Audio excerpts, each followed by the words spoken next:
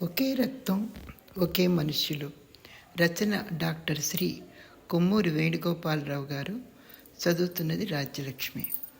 మనం ఎంతవరకు చెప్పుకున్నామంటే, గిరిజ సరోజ గాంధీ హిల్కి వెళ్ళారు, సరదాగా ఉన్నారు, అక్కడ కొన్ని సన్నివేశాలు చూశారు, తిరిగి వచ్చేసారు. ఇంకా సుందరం గురించి గిరిజ ఆలోచించడం మొదలుపెట్టింది. సుందరం బావంటే అసహ్యం లేదు, ఏహ్య లేదు, కానీ అతన్ని భర్తగా అంగీకరించాలంటే మాత్రం ఏదోగా ఫీల్ అవుతుంది. అంతవరకు వచ్చాం మనం. కంటిన్యూ చేస్తున్నాను. దసరా సెలవులకు సుందరం వచ్చినప్పుడు ఎంతో విచారంగా, బరువుగా ఉన్నట్టు కనిపించాడు. మనిషిలో సహజమైన కళ రాను అంతరించిపోయినట్టుగా అనిపించింది. బేబీ, నీతో ఒక విషయం మాట్లాడాలి అన్నాడు. సరే మాట్లాడు బావా అంది. బావా బావా బావా, నీకు ఈ బావ తప్ప ఇంకోటి దొరకదా అన్నాడు కోపంగా. లోపల నుంచి ఉబుసుకొస్తున్న ఉద్రేకాన్ని ఆపుకున్నాడు. బేబీ, నువ్వు నాతో సహజంగా ఎందుకు ఉండట్లేదు? ఏదో అతికిచ్చినట్టుగా ఎందుకుంటున్నావు అన్నాడు. బావా, నేను సహజంగానే ఉన్నాను కదా అంది. అది కాదు బేబీ, నువ్వు కఠినురాలవు కావు, మూర్ఖురాలివి అంతకన్నా కావు, ఇతరులను కష్టపెట్టే గుణం లేదు నీకు. కానీ నాతో మనసు విప్పి ఎందుకు మాట్లాడావు అన్నాడు. మనసు విప్పి ఏం చెప్తుంది? ఎవరు అర్థం చేసుకుంటారు? తనలో తానే అనుకుంది గిరిజ. ఏం మాట్లాడలేదు. వద్దు బావా, అసలు ఈ చర్చే వద్దు బావా, ప్లీజ్ అంది. కానీ ఇది నాకు చాలా ముఖ్యమైన విషయం బేబీ, ఇది నా జీవిత సమస్య కదా అన్నాడు సుందరం. ఇది నాకు జీవిత సమస్య బావా అనుకుంది మనసులో. మాట్లాడు బేబీ, మౌనం నేను భరించలేకుండా ఉన్నాను. మొదటి నుంచి ఇలా లేవు. నువ్వు హఠాత్తుగా ఏదో మార్పు వచ్చింది. నీలో నువ్వు నలిగిపోతున్నావు. అది నాకు అర్థమవుతోంది. ఈ పరిస్థితి నీకు సుఖంగా లేదు, నాకు సుఖంగా లేదు. మనం మామూలుగా ఎందుకు ఉండటం లేదు? నా పట్ల ఇంత వైముఖ్యం ఉన్నట్టయితే మొదటే ఎందుకు చెప్పలేదు? మొదటే ఈ పెళ్ళికి ఎందుకు నిరాకరించలేదు? అప్పుడే చెప్పేస్తే సమస్య అక్కడికి ఆగిపోయేది కదా బేబీ. ఈరోజు చూడు, నువ్వు బాధపడుతున్నావు, నేను బాధపడుతున్నాను. నీ జీవితాన్ని పాడు చేసుకోవటంతో పాటు నా జీవితాన్ని కూడా నాశనం చేస్తున్నావు. నీకు అర్థమవుతోందా అన్నాడు సుందరం. తెలుసు తెలుసు బావా, తెలుసు. అందుకే నాలో నేనే కుంగిపోతున్నాను. నేను 2 రకాలుగా నలిగిపోతున్నాను. కళ్ళ నుండి నీళ్లు జలజలా కారేశాయి గిరిజకి.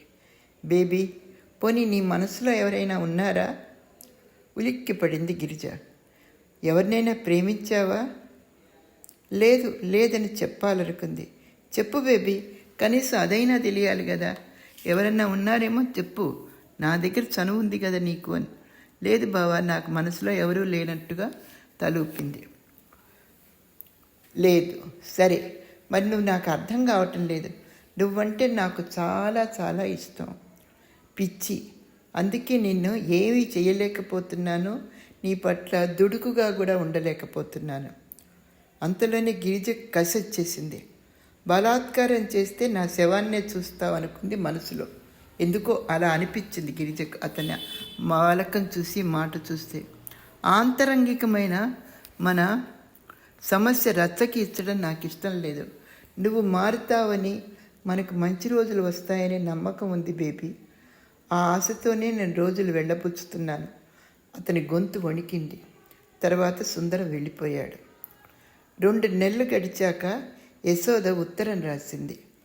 తనకు ఒంట్లో సుస్థిగా ఉంటుందని, మరో మనిషి సహాయం అవసరం పడుతుంది కాబట్టి గిరిజను పంపితే బాగుంటుందన్నట్టుగా ఉత్తరం రాసేసింది. గిరిజ ఎలాగూ కాలేజీ మానేసింది కదా, కాబట్టి కాపరానికి పంపిస్తే బాగుంటుంది అన్నట్టుగా ఆవిడ రాసింది. పుండరీకాక్షయ్య గారు, అనసూయమ్మ గారు ఇద్దరు చర్చించుకున్నారు. కూతుర్ని యశోద రాసిన ప్రకారం పంపించటానికి నిర్ణయించారు. ఈ నిర్ణయం గిరిజ చెవులకి సోకింది. ఆ రాత్రి ఆమె మనసులో భయంకరమైన తుఫాన్లు చెలరేగాయి. అమ్మో, అక్కడికి వెళితే ఎలా ఉంటుంది పరిస్థితి అనుకుంటూ భయపడుతోంది. ఆమె అంతరాత్మ అనేక రకాలుగా ఘోషిస్తోంది, ఉద్బోధిస్తోంది. ఇన్నాళ్లుగా అయితే అతను రావడం పోవడం, ఇద్దరి మధ్య మౌనంగా గడిచిపోవటం ఏదో జరిగిపోతుంది. ఏ జీవిత పర్యంతం అతనితో గడిపే గడియలు అమ్మో వచ్చేసినాయి. 1 రోజు కాదు, 2 రోజులు కాదు, నెలలు కాదు, సంవత్సరాల తరబడి ఈ బరువు సంఘర్షణ భరిస్తూ ఎలా గడుపుతుంది? ఇది సాధ్యమా? తన జీవితం ఇలా చినికిపోవలసిందేనా?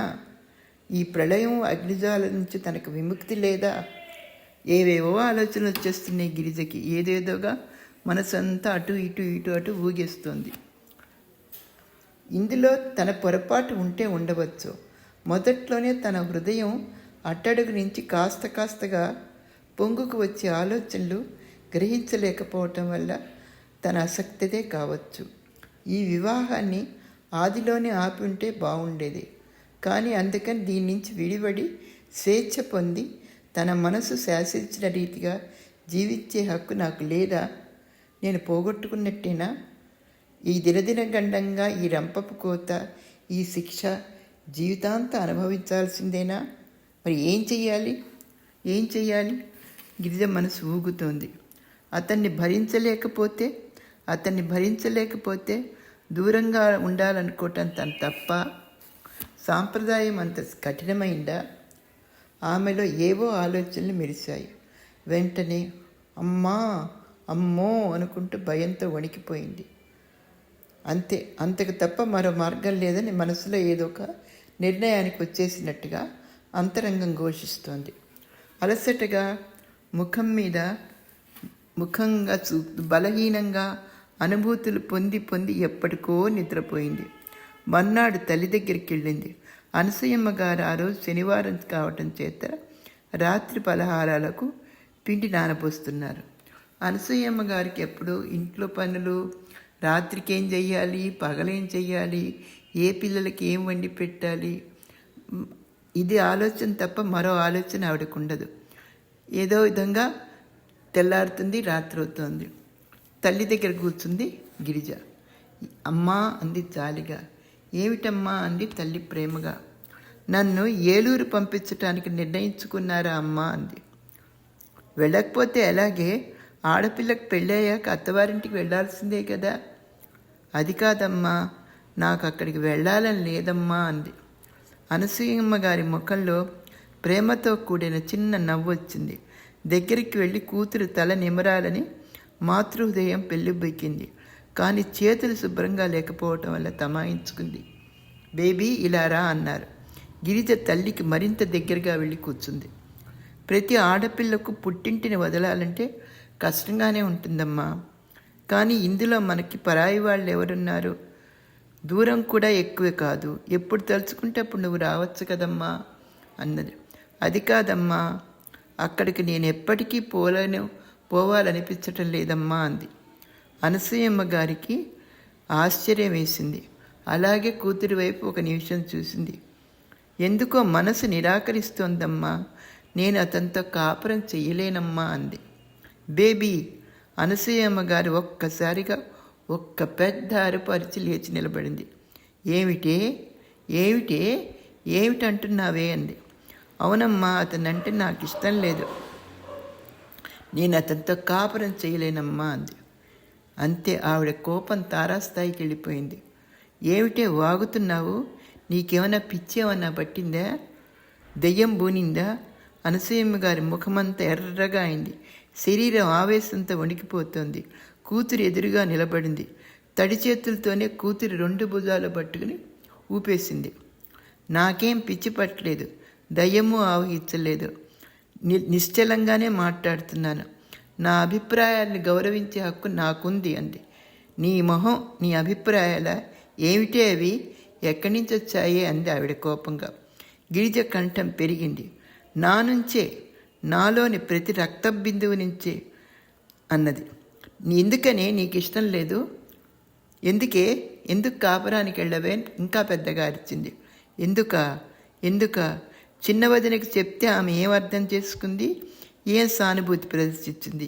చెప్పి ఏం లాభం? నవ్వుల పాలవటం తప్ప, హీనమైన ఎగతాళికి తప్ప నన్ను ఎవరు అర్థం చేసుకుంటారు అని మనసులోనే గుణుక్కుంది కాసేపు. కొన్ని ముఖ్యమైన సందర్భాలలో కూడా ఎవరు ఎవరికి చెప్పలేరు. కొన్ని కొన్ని